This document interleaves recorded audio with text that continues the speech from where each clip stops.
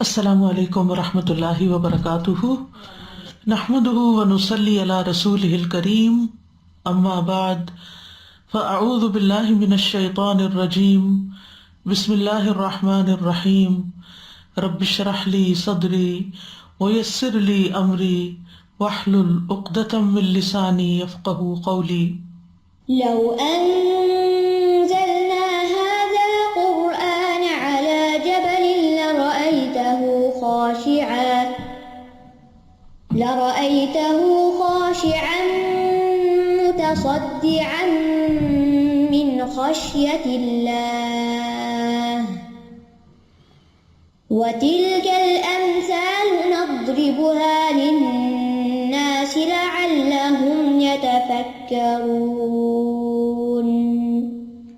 امثال القرآن پروگرام کے سلسلے میں آج ہم شرک کرنے والوں کی دو مثالیں پڑھیں گے۔ پہلی مثال سورۃ الروم کی آیت نمبر 28 ہے۔ ارشاد باری تعالیٰ ہے، ضرب لكم مثلا من أنفسكم هل لكم مما ملكت أيمانكم من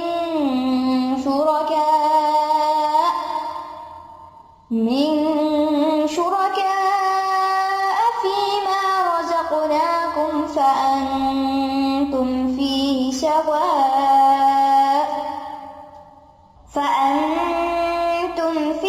سواء تخافونهم كخيفتكم أنفسكم كذلك نفصل الآيات لقوم يعقلون۔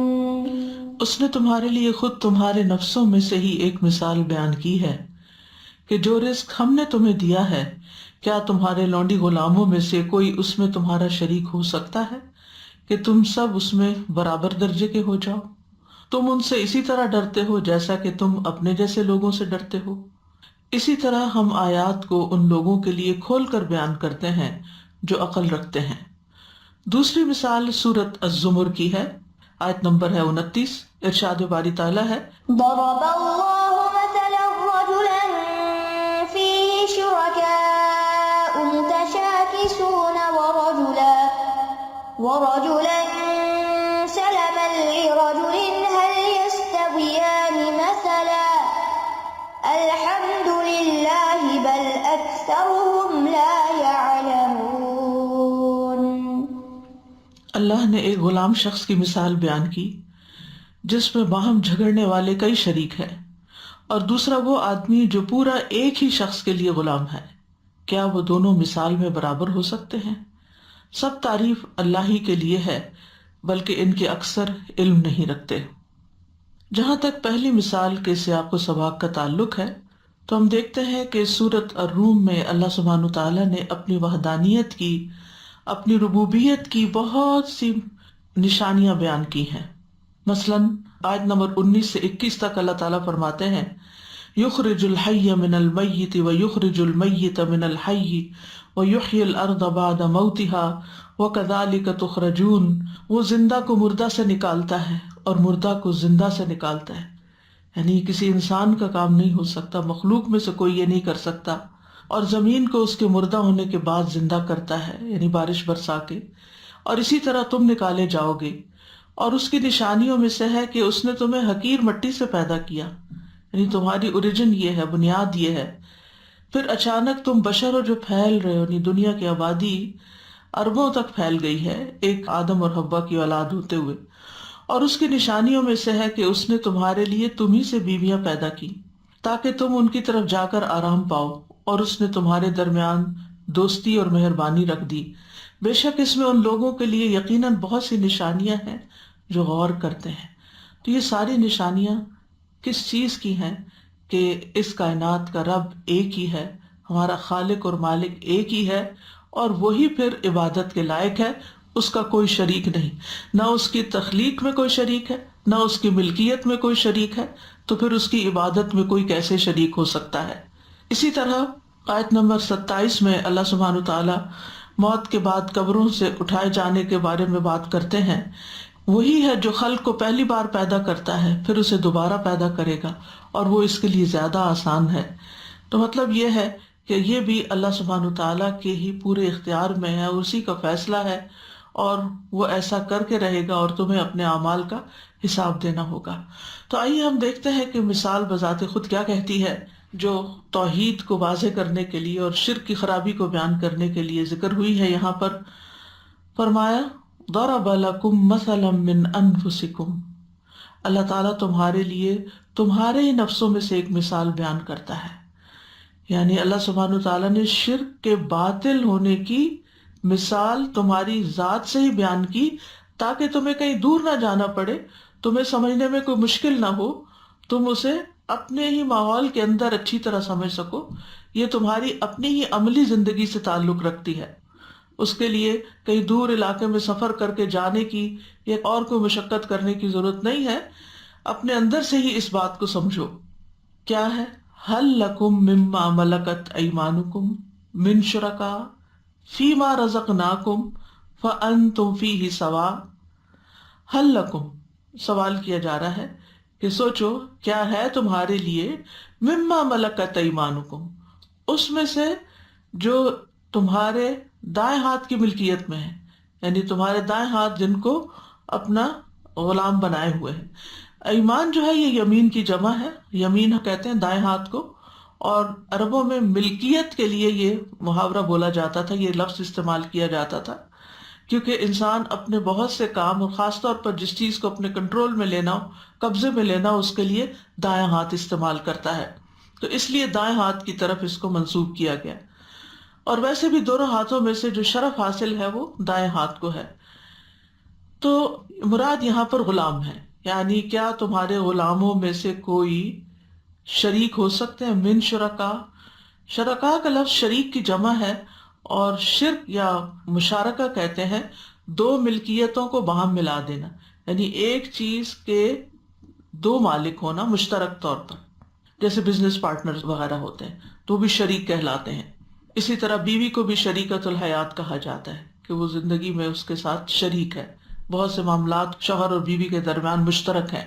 تو ایک چیز میں دو یا دو سے زیادہ لوگوں کے شریک ہونے کے لیے لفظ استعمال ہوتا ہے، خواہ وہ مادی معنوں میں ہو یا مانوی معنوں میں ہو۔ اور اسی طرح کسی کو شریک بنا لینے کے لیے آتا ہے اشرکتہ فی ھذا، کہ میں نے اس کو اس چیز میں شریک کر لیا ہے، جیسے موسیٰ علیہ السلام نے دعا کی تھی اپنے بھائی ہارون کے لیے، وَأَشْرِكْهُ فِي أَمْرِي، کہ اس کو میرے کام میں میرا شریک بنا دے۔ تو یہاں پر ہے وہ شرکاء ہے فیما رزقناکم، اس میں جو ہم نے تمہیں رزق دیا ہے، یعنی تمہارے مال، یعنی تمہارے غلام تمہارے مال میں تمہارے شریک کبھی ہوا کرتے ہیں، اس میں کبھی وہ پارٹنرز بنتے ہیں، تمہارے حصہ دار بنتے ہیں، اس حد تک کہ فَأَنْتُمْ فِيهِ سَوَاء، کہ تم دونوں باہم برابر ہو جاؤ، برابر کے حصے دار ہو جاؤ، برابر کے شریک ہو۔ سوا کا لفظ جو ہے نا مساوات سے ہے، اور اس کا روٹ سین واو یا ہے۔ سوی یا سوا کبھی وصف کے طور پر آتا ہے، کبھی ظرف کے طور پر آتا ہے، اور اس میں آپ دیکھیے کہ کسی بھی نقطے سے جب دو طرف چیزیں برابر ہو جاتی ہیں تو وہ جو نقطہ ہے وہ درمیان میں آ جاتا ہے دو سائڈوں کے، تو وہ دونوں طرف سے جو چیز ہے وہ اس کے برابر ہوتی ہے، تو پھر معتدل یا متوسط کے معنوں میں بھی یہ لفظ آتا ہے۔ بہرحال یہاں مراد یہ ہے کہ یہ مثال ان لوگوں کے لیے دی گئی ہے کہ جو اللہ کی مخلوق میں سے کسی مخلوق کو اللہ کا شریک بناتے ہیں، چاہے وہ جن ہوں، فرشتے ہوں، انسان ہوں، پتھر ہوں، درخت ہوں، حیوان ہوں، تو اس میں ان کا حال یہ ہے کہ خود اپنے مال میں سے، جو کہ ان کا اپنا نہیں، فیما رزقناکم، جو اللہ نے ان کو دیا ہے، اس میں وہ اپنے نوکروں یا غلاموں یا اپنے امپلائیز کو شریک نہیں کرتے۔ تو پھر یہ کیسے کہ وہ اللہ کی مخلوق کو اللہ کا شریک بنا دے؟ یعنی ان کا یہ رویہ بہت ہی عجیب ہے کہ جو اپنا شریک اپنے غلام کو نہیں بناتے، جو کہ اسٹیٹس میں ان سے کم ہے، تو وہ ساری مخلوق کو جو اللہ نے خود بنائی ہے اس کو اللہ کا شریک کیسے بنا دیتے ہیں، کیوں کر بنا دیتے ہیں؟ اور یہ مال جو ان کے پاس ہے وہ تو ان کا اپنا بھی نہیں ہے، وہ تو اللہ نے ان کو دیا ہے، اس میں بھی وہ پسند نہیں کرتے۔ تو کہاں یہ کہ جو اللہ رب العالمین ہر چیز کا کلی طور پر مالک ہے، جس کا کوئی شریک ہے ہی نہیں وہ کیسے شراکت کو پسند کرے گا؟ خطاب تو مشرکین مکہ سے ہے، یعنی تعویل خاص اس کی یہ ہے کہ ان کو سمجھایا جا رہا ہے، لیکن اس کے بعد یہ بات باقی سب لوگوں کے لیے بھی سمجھنے کی ہے۔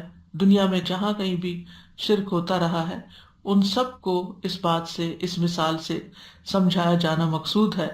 پھر آگے مزید فرمایا کہ تخافونہم کخیفتکم انفسکم، یعنی ایک تو یہ کہ تم شریک نہیں بناتے، دوسرا یہ کہ یہ بھی نہیں ہوتا کہ تم ان سے ڈرتے ہو جس طرح تم اپنے جیسوں سے ڈرتے ہو، یعنی اپنے شریک معاملہ سے، یعنی اپنے بزنس پارٹنر سے جس طرح تمہیں فکر ہوتا ہے کہ وہ تمہارا محاسبہ کرے گا، ایسے تمہیں اپنے غلاموں کا تو نہیں ہوتا۔ اگر ایک دن بھی کوئی امپلائی جو ہے وہ مالک کے خلاف کوئی بات کرے تو وہ اس کو فوراً فارغ کر دے گا، اس کو اس کا ڈر نہیں ہوتا، کہ اس کو اس کے انجام کا بھی ڈر نہیں ہوتا کہ اس کو فارغ کروں گا تو کیا ہوگا، وہ سوچتا ہے کہ اگر یہ نہیں تو کوئی اور ہو جائے گا۔ مطلب یہ ہے کہ کیا تم پھر اپنے غلاموں سے ڈرتے بھی ہو جس طرح تم آزاد لوگ آپس میں ایک دوسرے سے ڈرتے ہو یا اپنے ہی اسٹیٹس کے لوگوں سے ڈرتے ہو؟ تو مطلب یہ ہے کہ نہیں، کوئی بھی اس طرح نہیں ڈرتا۔ یعنی پہلی بات تو یہ کہ تم انہیں مال و دولت میں شریک کر کے اپنا ہم مرتبہ ہی نہیں بناتے، تو پھر ان سے ڈرو گے کیسے؟ جب ان کو تم نے اپنے جیسا نہیں قرار دیا تو پھر ان سے ڈرنا کیسا؟ ڈرتا تو انسان اپنے جیسے سے یا اپنے سے اونچے والے سے، بڑے سے، تو غلاموں سے تو تم نہیں ڈرتے۔ تو یہاں تین چیزوں کی نفی ہے۔ پہلی، اس بات کی نفی کہ ان کے اور ان کے غلاموں کے درمیان کوئی شراکت ہو، ہے ہی نہیں۔ غلام غلام ہے، آقا آقا ہے، مانی ہوئی بات ہے، پوری دنیا میں مانی ہوئی بات ہے، کوئی اس کا انکار ہی نہیں کر سکتا۔ بزنس اونر اونر ہے اور امپلائی امپلائی ہے، یہ دونوں ایک نہیں ہو سکتے۔ دوسری چیز جس کی نفی کی گئی وہ یہ ہے کہ ان میں کوئی برابری ہے ہی نہیں، یعنی پہلے یہ کہ شراکت نہیں، دوسرا یہ کہ برابری نہیں، تیسرا یہ کہ ان سے کوئی ڈر بھی نہیں، یعنی اس بات کی نفی ہے کہ وہ غلاموں سے نہیں ڈرتے جس طرح وہ اپنے شریکوں سے ڈرتے ہیں۔ تو مطلب یہ ہے کہ جب ان تینوں باتوں کا انکار ہے، نہ وہ تمہارے شریک ہے، نہ وہ تمہارے برابر ہیں، نہ تمہیں ان کا ڈر ہے، تو پھر اللہ کے بارے میں تم کیا کہتے ہو؟ اس بات سے اللہ سبحانہ تعالیٰ کی وحدانیت کو سمجھنے کی کوشش کرو۔ کذالک نفصل الآیات لقوم یعقلون، اسی طرح ہم آیات کو کھول کے بیان کرتے ہیں اس قوم کے لیے، ان لوگوں کے لیے جو عقل رکھتے ہوں، جن کے اندر عقل ہوگی وہ اس بات کو اچھی طرح سمجھ جائے گے۔ یعنی سلامت عقل والے، عقل استعمال کرنے والے اس مثال سے بہت کچھ سمجھ سکتے ہیں۔ تو جو شخص عقل ہی استعمال نہیں کرتا، سوچنا ہی نہیں چاہتا، ضد اور ہٹ دھرمی کا شکار ہے یا تکبر کا شکار ہے یا بے عقلی کا شکار ہے، اس کے سامنے اگر کھول کھول کے بھی دلائل رکھے جائیں تو وہ بات کو پھر بھی نہیں سمجھتا، وہ کنفیوژن کا شکار رہتا ہے۔ تو یہاں پر انڈائریکٹلی ان کو تان بھی کیا گیا ہے کہ تمہارے اندر عقل نہیں ہے، اگر عقل ہوتی تو تم یہ رویہ اختیار نہ کرتے۔ اور اس کی مثال پیچھے گزر چکی ہے سورۃ البقرہ میں، وَمَثَلُ الَّذِينَ كَفَرُوا كَمَثَلِ الَّذِي يَنْعِقُ بِمَا لَا يَسْمَعُ إِلَّا دُعَاءً وَنِدَاءً صُمٌّ بُكْمٌ عُمْيٌ فَهُمْ لَا يَعْقِلُونَ۔ اور ان لوگوں کی مثال جنہوں نے کفر کیا اس شخص کی مثال جیسی جو ان جانوروں کو آواز دیتا جو پکار اور آواز کے سوا کچھ نہیں سنتے، ان کو سمجھ کوئی نہیں آتا یہ کیا الفاظ ہیں، ان کا ایگزیکٹ میننگ کیا، وہ بس ایک آواز سنتے ہیں۔ تو یہ لوگ بھی قرآن کی آیات کو بس صرف ایک آواز کے طور پر سنتے ہیں، ان دلائل کو صرف ایک بات کے طور پر لیتے ہیں، لیکن اس کے مطابق زندگی بسر نہیں کرتے۔ تو یہاں ان کو کیا کہا کہ بہرے گنگے اندھے ہیں، وہ سمجھتے نہیں، عقل سے کام نہیں لیتے۔ بات یہ ہے کہ اس میں ایک بہت بڑی تنبیہ ہے، بہت ڈرنے کی بات ہے، اور وہ کیا ہے؟ شرک کی بات تو ہے ہی، لیکن یہ جو کہا گیا نا کہ ہم آیات کو تو کھول کھول کے بیان کرتے ہیں مگر عقل والوں کے سوا کوئی سمجھتا نہیں ہے، تو وہ عقل والے ہیں کون؟ جو ان آیات کو صرف ایک انفارمیشن کے طور پر نہ لیں، صرف ایک آواز کے طور پر نہ لیں کہ کسی سے بات سنی اور ایک کان سے سنی اور دوسرے سے نکال دی، بلکہ عقل والے وہ ہیں جو اس کے مطابق زندگی بسر کریں، جو اس چیز کو ایکسیپٹ کریں، جو اس کو انٹرنلائز کریں، جو اس کو اپنی زندگی پر امپلیمنٹ کریں۔ اگر ایسا نہیں کیا تو اس کا مطلب ہے عقل نہیں۔ عقل کا لفظی معنی کیا ہوتا ہے؟ باندھنا۔ ایک شخص نبی صلی اللہ علیہ وسلم کے پاس آیا اور اس نے کہا کہ کیا میں اپنی سواری باندھ کے آؤں یا کھلی چھوڑ دوں، توکل کروں؟ تو آپ نے فرمایا ایک خل و توکل، پہلے باندھو اس کو۔ تو عقل کا لغوی معنی وہ باندھنے کے معنی میں بھی ہوتا ہے، کیونکہ جیسے ہم کوئی بھی علم لیتے ہیں نا تو عقل اس کو سمجھ کر باندھ لے، پلے باندھنا جیسے کہتے ہیں، یہ بھی محاورے اسی سے بنے ہوئے ہیں، پلے باندھنا۔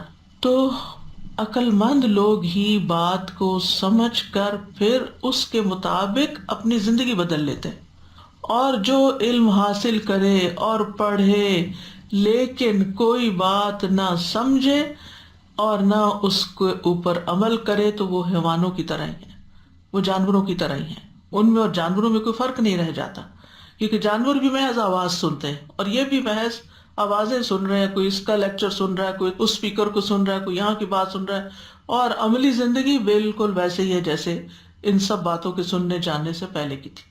یعنی تبدیلی کوئی نہیں آئی، نہ سوچ میں، نہ قول میں، نہ عمل میں، نہ فعل میں، کسی چیز میں نہیں۔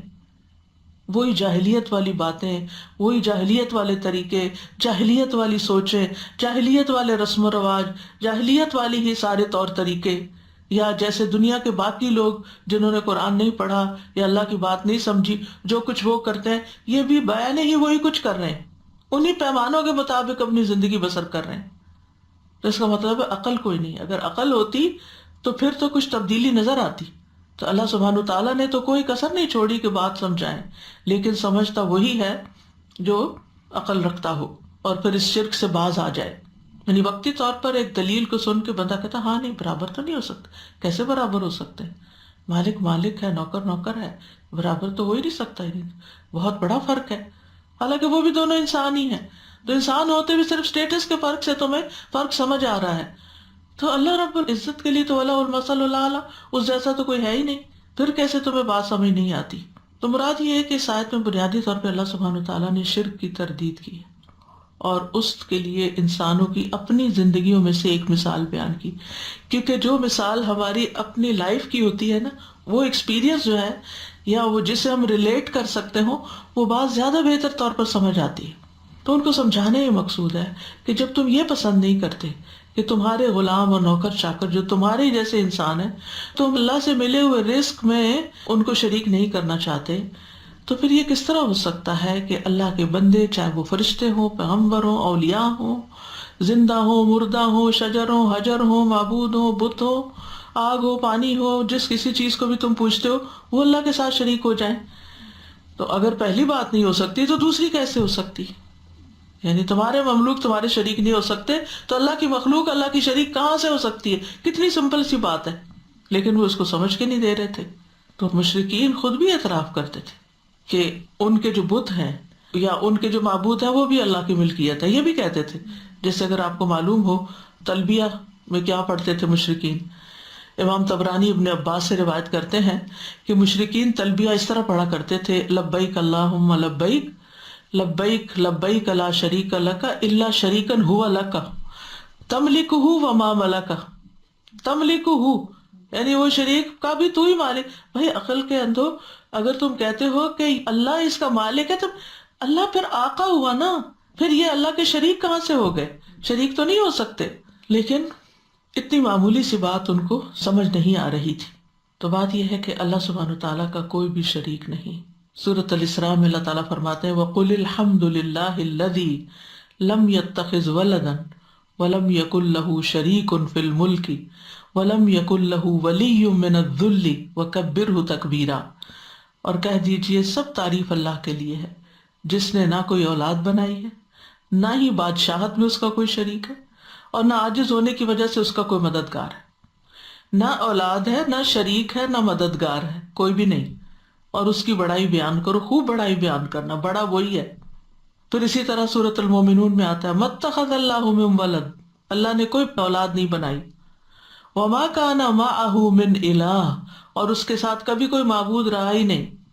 اگر کوئی ہوتا اِذًا لَذَهَبَ كُلُّ إِلَٰهٍ بِمَا خَلَقَ، تو ہر معبود جو اس نے بنایا تھا، جو اس نے پیدا کیا تھا، وہ لے کے چل دیتا، وہ پھر یہ سب کچھ تمہیں ایک جگہ نظر نہ آتا۔ اور پھر صرف اتنا ہی نہیں کہ اپنے اپنے حصے کا بٹوارا کر لیتے، بلکہ بعض ان کا بعض پہ چڑھائی بھی کر دیتا۔ تو پاک ہے اللہ اس سے جو وہ بیان کرتے ہیں۔ غائب اور حاضر کو جاننے والا، پس وہ بہت بلند ہے اس سے جو وہ شریک بناتے ہیں۔ پھر اسی طرح یہ ہے کہ خالق اور مخلوق کسی بھی اعتبار سے برابر نہیں ہو سکتے۔ دنیا میں بھی آپ دیکھیں کہ کسی بھی چیز کا بنانے والا جو وہ چیز بنائے اور وہ خود ایک جیسے نہیں ہوتے، دونوں میں بہت بڑا فرق ہوتا ہے۔ اس آیت سے یہ بھی پتہ چلتا ہے کہ اللہ سبحانہ وتعالیٰ نے اپنی مخلوق میں درجہ بندی کی ہے، کوئی مالک ہے، کوئی مملوک ہے۔ واللہ فضل بعضکم علی بعض فی الرزق، اللہ تعالیٰ رزق کے معاملے میں بعض کو بعض پر فضیلت دیتا ہے۔ اللہ تعالیٰ نے ہی یہ سلسلہ رکھا ہے کہ کچھ لوگوں کو کچھ لوگوں کی مدد کے لیے، خدمت کے لیے، کام کے لیے بنایا ہے۔ تو اس لیے اس سے توحید کے سبق کو اچھی طرح انسان کو سمجھ لینا چاہیے کہ جس رب نے یہ سب عنایتیں کی ہیں، یہ مال دیا ہے، یہ مملوک دیے ہیں، یہ سب کچھ، تو پھر تم اسی کے گن گاؤ، نہ کہ اس کے علاوہ کسی اور کی بھی عقیدت میں مبتلا ہو جاؤ۔ دوسری مثال سورۃ الزمر سے ہے۔ ضرب الله مثلا رجلا فيه شركاء متشاكسون ورجلا سلما لرجل هل يستويان مثلا الحمد لله بل أكثرهم لا يعلمون۔ اللہ نے ایک غلام شخص کی مثال بیان کی جس میں باہم جھگڑنے والے کئی شریک ہیں، اور دوسرا وہ آدمی جو پورا ایک ہی شخص کا غلام ہے۔ کیا یہ دونوں مثال میں برابر ہو سکتے ہیں؟ سب تعریف اللہ کے لیے، بلکہ ان کے اکثر علم نہیں رکھتے۔ سورۃ زمر کے 27 اور 28 میں اللہ سبحانہ وتعالیٰ فرماتے ہیں وَلَقَدْ ضَرَبْنَا لِلنَّاسِ فِي هَذَا الْقُرْآنِ مِنْ كُلِّ مَثَلٍ لَعَلَّهُمْ يَتَذَكَّرُونَ۔ آپ دیکھیں اللہ تعالیٰ فرما رہے ہیں کہ بلا شبہ ہم نے لوگوں کے لیے اس قرآن میں ہر طرح کی مثال بیان کی ہے تاکہ وہ نصیحت حاصل کریں۔ کہیں آتا ہے مثال بیان کی ہے تاکہ وہ سمجھیں، کہیں یہ کہ وہ عقل سے کام لیں، کہیں یہ کہ علم والے ہی سمجھتے ہیں ان مثالوں کو۔ واضح قرآن جس میں کوئی کجی نہیں تاکہ وہ بچ جائیں۔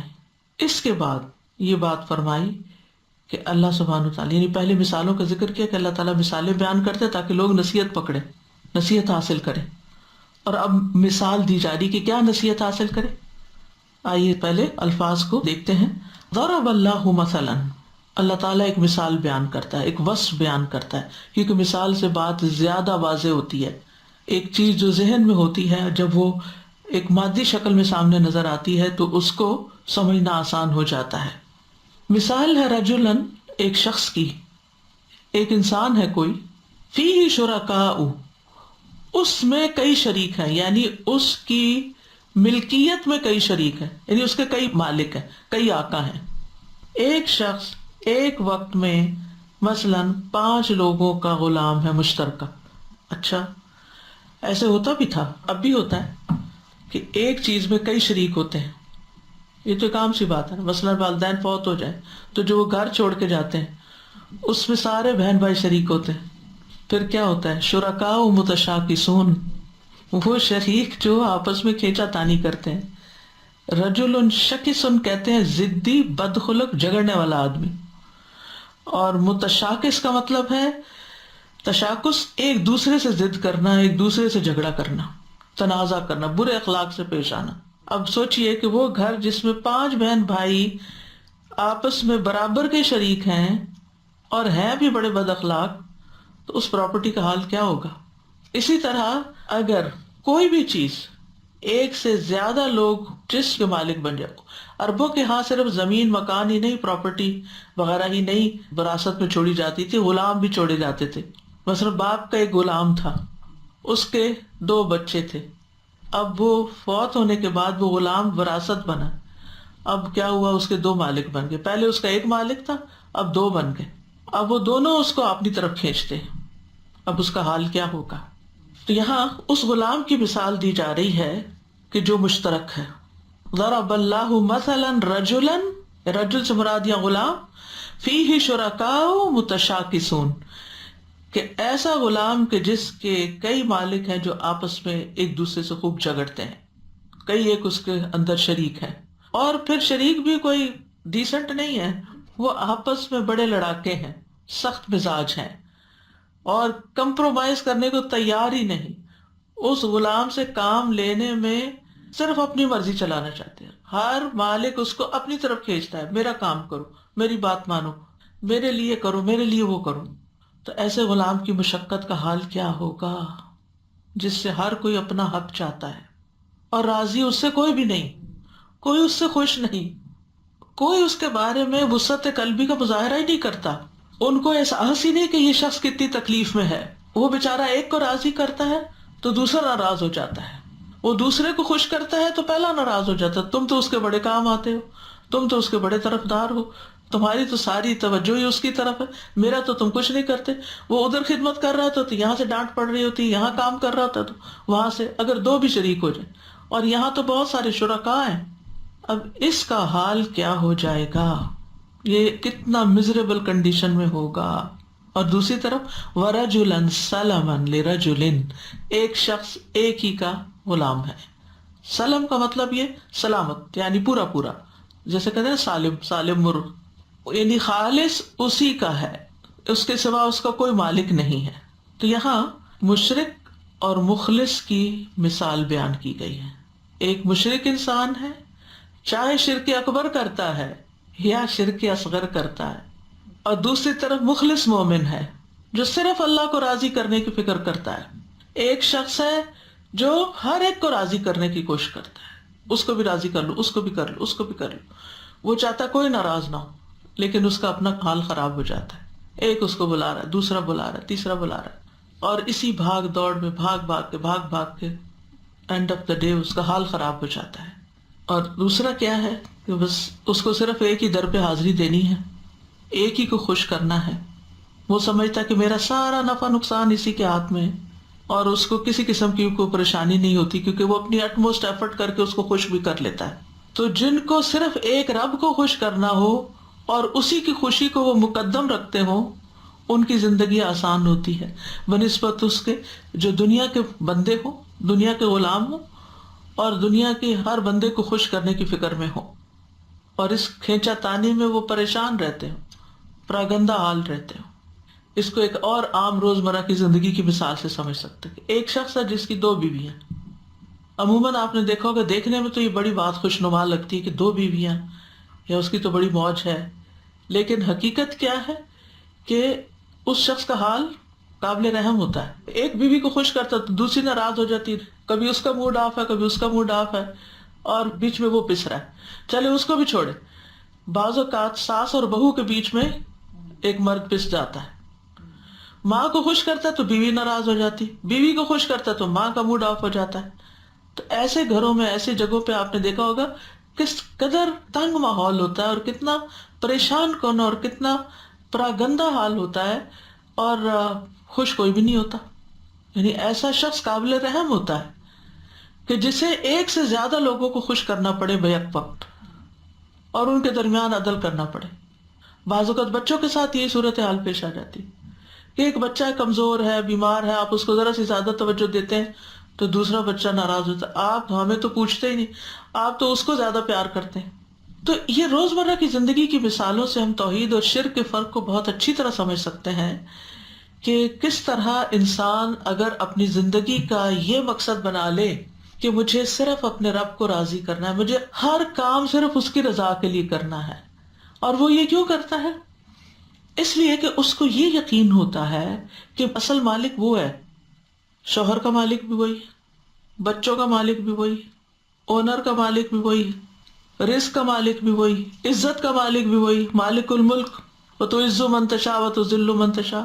صحت، زندگی، ان دشمنوں کا بھی جو پریشان کرتے ہیں، ان لوگوں کا بھی جو بلیک میل کرتے ہیں، وہ جو دھمکیاں دیتے ہیں، سب کی پیشانی کے بال کس کے ہاتھ میں؟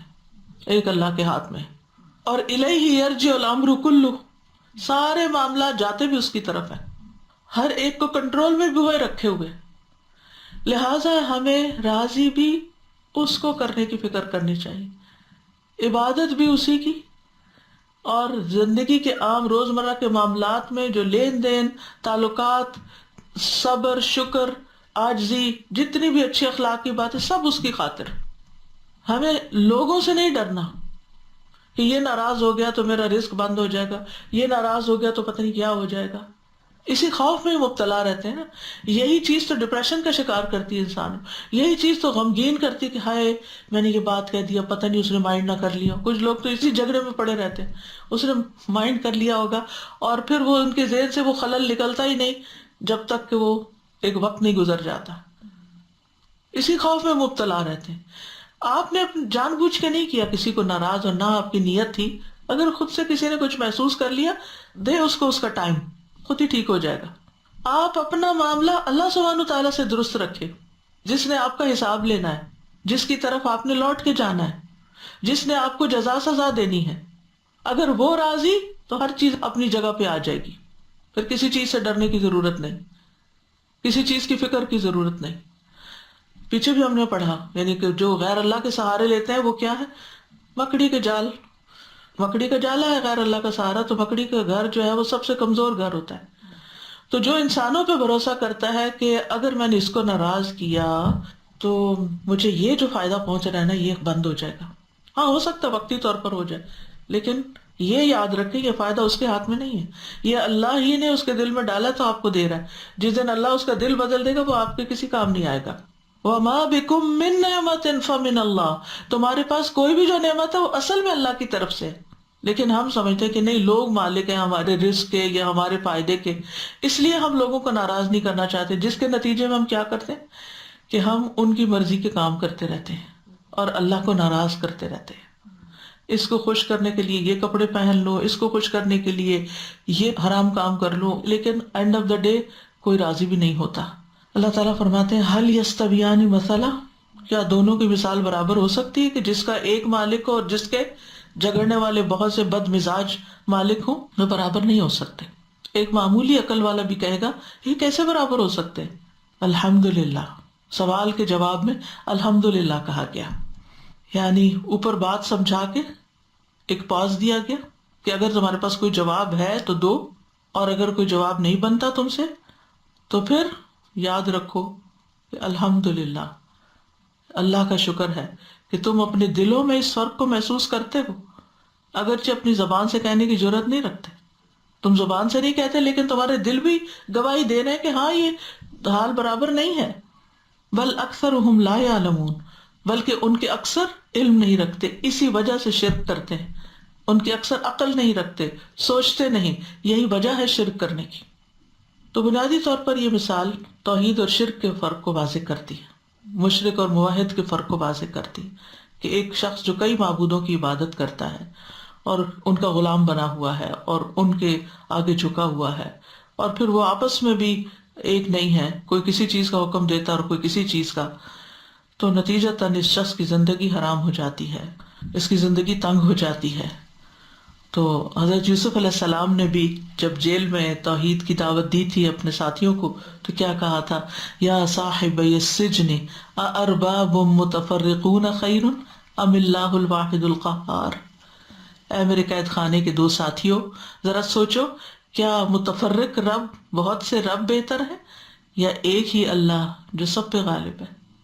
ایک اللہ. کتنی سمپل ہے توحید کی دعوت اور کتنی آسان ہے سمجھنی. تم اس کے سوا جن کی عبادت کرتے ہو وہ تو چند نام ہیں جو تم نے اور تمہارے باپ دادا نے رکھ لیے. اللہ نے ان کے بارے میں کوئی دلیل نہیں اتاری. حکم اللہ کے سوا کسی کا نہیں.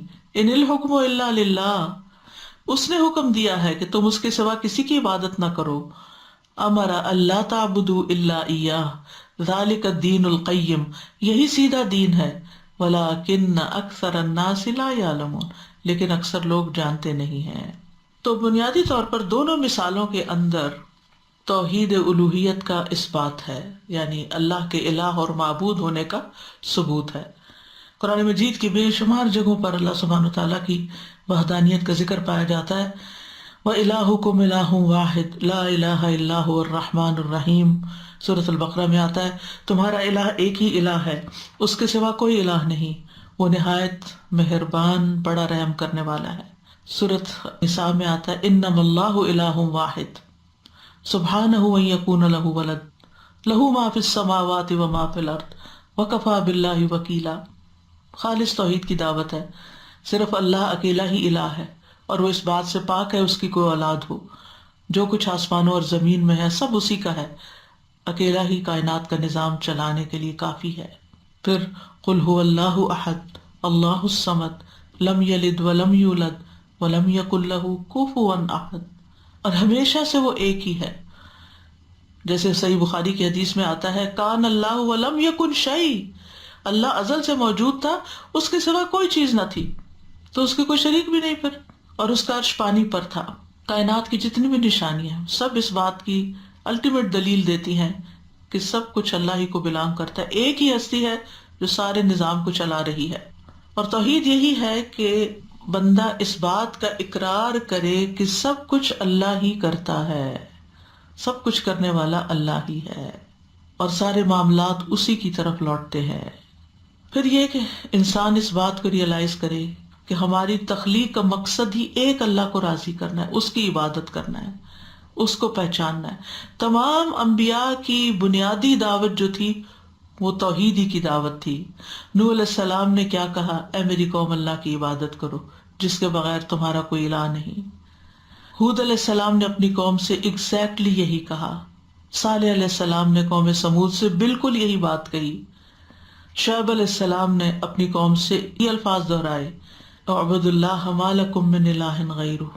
نبی صلی اللہ علیہ وسلم نے خالص توحید پر لوگوں سے بیعت لی۔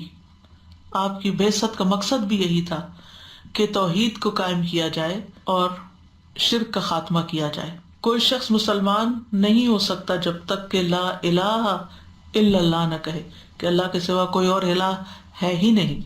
تو جب کوئی شخص توحید اختیار کر لیتا ہے تو اس کو دنیا میں بھی فائدے ملتے ہیں اور آخرت میں بھی فائدے ملتے ہیں۔ سب سے پہلی بات یہ کہ دنیا اور آخرت میں مکمل امن ملتا ہے۔ الذین آمنوا ولم یلبسوا ایمانہم بظلم اولئک لہم الامن وہم مہتدون۔ وہ لوگ جو ایمان لائے اور انہوں نے اپنے ایمان کو بڑے ظلم یعنی شرک کے ساتھ نہیں ملایا، یہی لوگ ہیں جن کے لیے امن ہے اور یہی ہدایت والے ہیں۔ پھر یہ کہ یہ کلمہ لا الہ الا اللہ جو ہے یہ کامیابی کا راز ہے۔ نبی صلی اللہ علیہ وسلم ذوالمجاز نامی بازار میں لوگوں کو جب تبلیغ کر رہے تھے تو ایک ہی بات بار بار دہرا رہے تھے، ایھا الناس قولوا لا الہ الا اللہ تفلحوا۔ لوگوں ایک کلمہ کہہ دو فلاح پا جاؤ گے، کامیاب ہو جاؤ گے۔ اعمال کی قبولیت کا دار و مدار بھی توحید پر ہی ہے۔ اگر کوئی شخص شرک کرتا ہے، چاہے شرک اکبر یا اصغر، عمل قبول نہیں ہوتا۔ انبیاء سے بھی یہ کہہ دیا گیا کہ اگر وہ بھی شرک کرتے تو ان کے عمل ضائع ہو جاتے۔ وَلَوْ أَشْرَكُوا لَحَبِطَ عَنْهُمْ مَا كَانُوا يَعْمَلُونَ، جیسے سورۃ الانعام میں آتا ہے۔ پھر یہ کہ جو توحید پر ہوتا ہے اللہ تعالیٰ کی مدد اور نصرت کا وعدہ ہے، اس سے گناہوں کی بخشش کا وعدہ ہے۔ دل کے یقین کے ساتھ جو اللہ کو ایک مانے اس کے لیے مغفرت کا وعدہ ہے۔ رسول اللہ صلی اللہ علیہ وسلم نے فرمایا زمین پر کوئی نفس ایسا نہیں کہ جو اس حال میں فوت ہو کہ وہ اللہ کے ساتھ شرک نہ کرتا ہو اور میرے رسول ہونے کی گواہی دیتا ہو، اور یہ گواہی دل کے یقین کے ساتھ ہو، مگر یہ کہ اس کے گناہ معاف کر دیے جائیں گے۔ اسی لیے کہ جس کا خاتمہ لا الہ الا اللہ پر ہوتا ہے اور یقین کے ساتھ وہ یہ کہہ کے دنیا سے جاتا ہے تو اس کے گناہ بھی معاف ہوتے ہیں اور اس کے لیے جنت کا بھی وعدہ ہے۔ پھر جو شخص توحید پر فوت ہوتا ہے تو قبر میں اس کو سوالوں کے جواب دینے میں بھی آسانی ہوتی ہے، اللہ تعالیٰ اس کو ثابت قدمی عطا کرتا ہے۔ یثبت اللہ الذین آمنوا بالقول الثابت، اور یہ قول ثابت کیا ہے؟ کلمہ طیبہ لا الہ الا اللہ۔ صرف موحدین جو ہیں وہی قیامت کے دن اللہ تعالیٰ کا دیدار کر سکیں گے، اس کے علاوہ کوئی نہیں۔ وَإِنَّهُمْ مَنْ رَبِّهِمْ يَوْمَئِذٍ لَمَحْجُوبُونَ۔ توحید پر اگر کوئی مرتا ہے تو نبی صلی اللہ علیہ وسلم کی شفاعت بھی اس کو نصیب ہوگی۔ ہو سکتا ہے اس شفاعت کی وجہ سے وہ جہنم میں نہ جائے، یا پھر اگر چلا گیا گناہ کبیرہ وغیرہ کی وجہ سے تو اس کو وہاں سے آپ کی شفاعت سے نکال لیا جائے گا۔ توحید پرست کے لیے ہی جنت کی خوشخبری ہے۔ جس نے لا الہ الا اللہ وحدہ لا شریک لہ کہا اس کے لیے جنت واجب ہو جائے گی، وہ جنت میں داخل ہوگا۔ پھر اسی طرح یہ کلمہ آگ میں داخلے سے رکاوٹ ہے۔ آپ صلی اللہ علیہ وسلم نے فرمایا اللہ نے دوزخ کی آگ ایسے شخص پہ حرام کر دی ہے جو لا الہ الا اللہ کا اقرار کرے اور اس سے مقصود اللہ کی خوشنودی ہو، یعنی دنیا کا فائدہ نہ۔ کچھ لوگ دنیا کے فائدے کے لیے مسلمان ہو جاتے ہیں۔ اسی طرح شرک کی مذمت بھی کی گئی ہے، یعنی جہاں توحید کے فائدے ہیں وہاں شرک کی خرابیاں بھی ہیں۔ پہلی خرابی تو یہ کہ سب سے بڑا گناہ ہے، یہ سب سے بڑا ظلم ہے۔ ان الشرک لظلم عظیم۔ نبی صلی اللہ علیہ وسلم سے پوچھا گیا کہ گناہوں میں سب سے بڑا گناہ کیا ہے، تو آپ نے فرمایا شرک سب سے زیادہ ناپسندیدہ عمل ہے۔ ایک صحابی نبی صلی اللہ علیہ وسلم سے سوال کرتے، یا رسول اللہ ای الاعمال ابغض الی اللہ، اے اللہ کے رسول صلی اللہ علیہ وسلم، اعمال میں سے کون سا عمل اللہ کو سب سے زیادہ ناپسند ہے؟ آپ نے فرمایا اللہ کے ساتھ شرک کرنا۔ شرک کرنے والا ایسا ہے گویا کہ اس کو اوپر سے پٹخا دیا گیا، یعنی اللہ نے اس کو ایک مقام دیا تھا، اس نے اپنے سے کم تر درجے کے آبجیکٹس کے سامنے سر جھکانا شروع کر دیا، کہیں کا نہ رہا۔ اللہ سبحانہ تعالیٰ نے شرک سے بیزاری ظاہر کی، چاہے شرک اصغر ہو، کہ جو ریاکاری سے نیکی کے کام کر کے آئیں گے تو اللہ تعالیٰ فرماتے ہیں انا اغنا عن الشرکاء، تو میں اس کو چھوڑ رہا ہوں جو اس نے عمل کیا، جائیں ان کے پاس جن کے لیے عمل کیا تھا وہاں سے اجر لیں۔ پھر انبیاء علیہ السلام میں سے سب شرک سے بیزار تھے، اور شیاطین انسانوں کو شرک ہی کی طرف لے کر آتے ہیں۔ حدیث قدسی میں اللہ تعالیٰ فرماتے ہیں میں نے تمام بندوں کو یکسو پیدا کیا، یعنی حق کے لیے پیدا کیا، پھر شیاطین ان کے پاس آئے اور انہیں ان کے دین سے دور کھینچ لیا، اور جو میں نے ان کے لیے حلال کیا تھا انہوں نے اسے حرام کر دیا، اور ان بندوں کو حکم دیا کہ وہ میرے ساتھ شرک کریں جس کے لیے میں نے کوئی دلیل نہیں اتاری۔ پھر شرک کے جو نقصانات ہیں وہ ہم جانتے ہیں کہ شرک کبھی معاف نہیں ہوگا، یعنی مر گیا کوئی شرک کے ساتھ تو معاف نہیں ہوگا، اسی لیے مشرک کے اعمال قبول نہیں ہوتے۔ ابو ہریرہ کہتے ہیں رسول اللہ صلی اللہ علیہ وسلم نے فرمایا پیر اور جمعرات کے دن جنت کے دروازے کھول دیے جاتے ہیں، اور ہر اس بندے کی مغفرت کر دی جاتی ہے جو اللہ کے ساتھ کسی کو شریک نہیں بناتا، اور اس بندے کے سوا جس کی اپنے بھائی کے ساتھ عداوت ہو، دشمنی ہو۔ چنانچہ کہا جاتا ہے ان دونوں کو مہلت دو یہاں تک کہ صلح کر لیں، ان دونوں کو مہلت دو یہاں تک کہ صلح کر لیں، ان دونوں کو مہلت دو تاکہ صلح کر لیں، 3 دفعہ فرمایا۔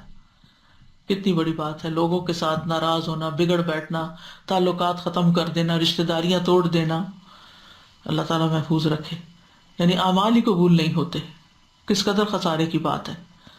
پھر اسی طرح یہ کہ شرک والوں کی نیکیاں جو ہیں وہ بھی ضائع ہو جاتی، کوئی عمل شرک کا کفارہ نہیں کرتا، مشرک پہ جنت حرام ہے، انہ من یشرک باللہ فقد حرم اللہ علیہ الجنہ ومأواہ النار وما للظالمین من انصار، جو شخص اللہ کے ساتھ شرک کرتا ہے اللہ نے اس پر جنت حرام کر دی ہے، اس کا ٹھکانہ دوزخ ہے، اور ظالموں کا کوئی بھی مددگار نہ ہوگا۔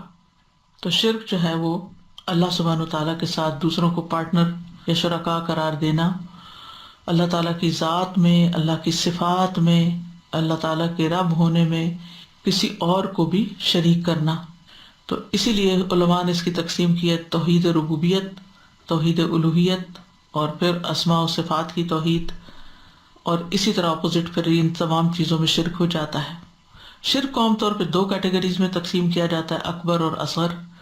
اکبر تو اللہ کی ربوبیت، الوہیت اور اسماء و صفات میں کسی کو شریک کرنا ہے، اور اصغر جو ہے وہ ریاکاری کرنا، اللہ کی رضامندی میں اوروں کی رضا بھی شامل کر لینا۔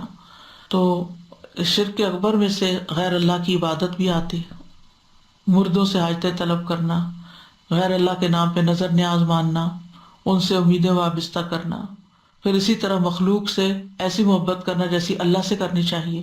وَمِنَ النَّاسِ مَن يَتَّخِذُ مِن دُونِ اللَّهِ أَندَادًا، یعنی بتوں وغیرہ سے ایسی محبت کرنا جیسے اللہ سے کرنی چاہیے، مخلوق سے اس طرح ڈرنا جیسے اللہ سے ڈرا جاتا ہے۔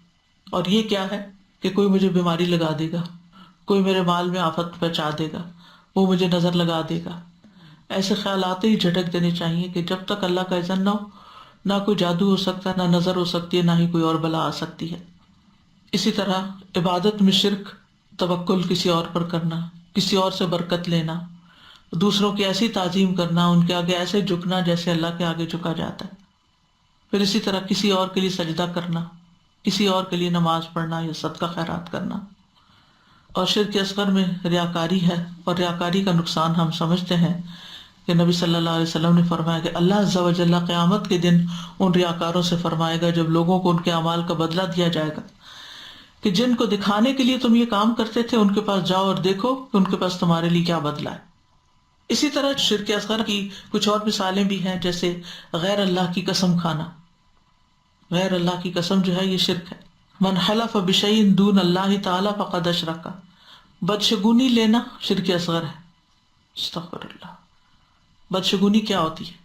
کہ فلاں آ گیا تھا، فلاں کو دیکھ لیا تھا، اس لیے اب نقصان ہو گیا ہے۔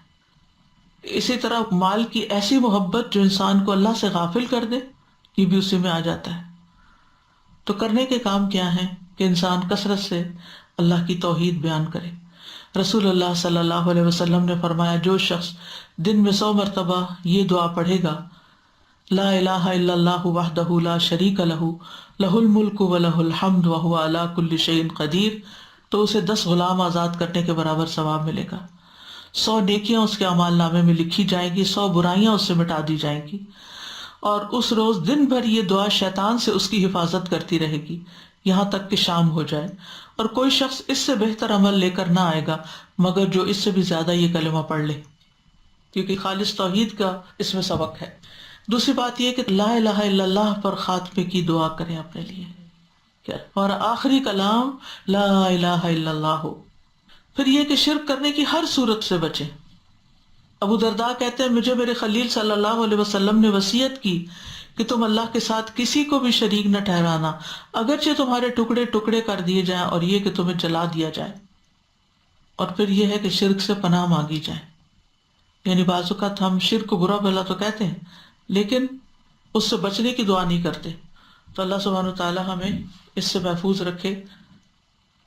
سبحان اللہ والحمد للہ ولا الہ الا اللہ واللہ اکبر ولا حول ولا قوة الا باللہ العلی العظیم، لا الہ الا اللہ وحدہ لا شریک لہ لہ الملک ولہ الحمد وہو علی کل شیء قدیر۔ اللہم انی اسألک بأنی اشہد انک انت اللہ لا الہ الا انت الاحد الصمد الذي لم يلد ولم يولد ولم يكن له كفوا احد۔ ربنا اننا سمعنا مناديا ينادي للإيمان ان آمنوا بربكم فآمنا ربنا فاغفر لنا ذنوبنا وكفر عنا سيئاتنا وتوفنا مع الأبرار۔ اللہ اللہ ربی لا اشرک به شیئا، اللہ اللہ ربی لا اشرک به شیئا، اللہ اللہ ربی لا اشرک به شیئا، اللہم انی اعوذ بک ان اشرک بک وانا اعلم واستغفرک لما لا اعلم۔ یا رب العالمین، یا ارحم الراحمین، ہمیں صحیح معنوں میں توحید کو سمجھنے کی توفیق دے اور صحیح معنوں میں شرک سے بچنے کی توفیق دے۔ یا اللہ، ہماری زندگی میں کوئی بھی چھوٹا یا بڑا کسی قسم کا بھی شرک شامل ہو، یا اللہ اس کو ہم سے دور کر دے اور ہمیں اس سے دور کر دے، اور ہمیں خالص صرف اپنے لیے پاک زندگی بسر کرنے کی توفیق دے۔ یا رب العالمین، اس کلمے کی برکت سے تو ہم سب پر اپنی رحمت فرما، تمام بیماروں کو صحت عطا فرما، جو لوگ کسی بھی تکلیف میں مبتلا ہیں، یا اللہ جو بیمار ہیں، یا اللہ جو کووڈ کی وجہ سے ہسپتالوں میں پڑے ہوئے ہیں اور جو ویسے سفر کر رہے ہیں، سب کو اس تکلیف سے نجات عطا فرما۔ یا رب العالمین، تو سب کو معاف کر دے، ہم سب کے گناہ معاف کر دے۔ یا رب العالمین، جو رزق کی طرف سے پریشان ہیں ان کی پریشانی دور کر دے۔ الذی اطعمہم من جوع وآمنہم من خوف، اللہ بھوک اور خوف کو مٹا دے۔ یا رب العالمین، ہمیں شکر گزار بندہ بنا لے۔ ربنا تقبل منا انک انت السمیع العلیم وتب علینا انک انت التواب الرحیم، وصلی اللہ تعالی علی خیر خلقہ محمد وعلی آلہ واصحابہ واہل بیتہ اجمعین برحمتک یا ارحم الراحمین۔ الہی آمین۔ لو أنزلنا هذا القرآن على جبل لرأيته خاشعا متصدعا من خشية الله وتلك الأمثال نضربها للناس لعلهم يتفكرون۔ میں نے یہ پوچھنا تھا کہ آپ نے بتایا کہ شیطان جو ہے وہ حلال کو حرام کرتا ہے، حلال کو حرام کرتا ہے، حلال کو حرام کرتا ہے، لیکن حرام کو کیسے حلال کرتا ہے؟ حرام کو کتنی حرام چیزیں ہیں جن کو وہ کہتا ہے کہ یہ تمہارے، جیسے وہ بحیرہ صاحبہ وغیرہ جو تھے بتوں کے نام پہ ذبح کرتے تھے، اس کی طرف شیطان نے تو ان کو لگایا تھا۔ بہت ساری چیزوں کو اہل عرب جو تھے وہ اپنے اوپر حرام کیے ہوئے تھے،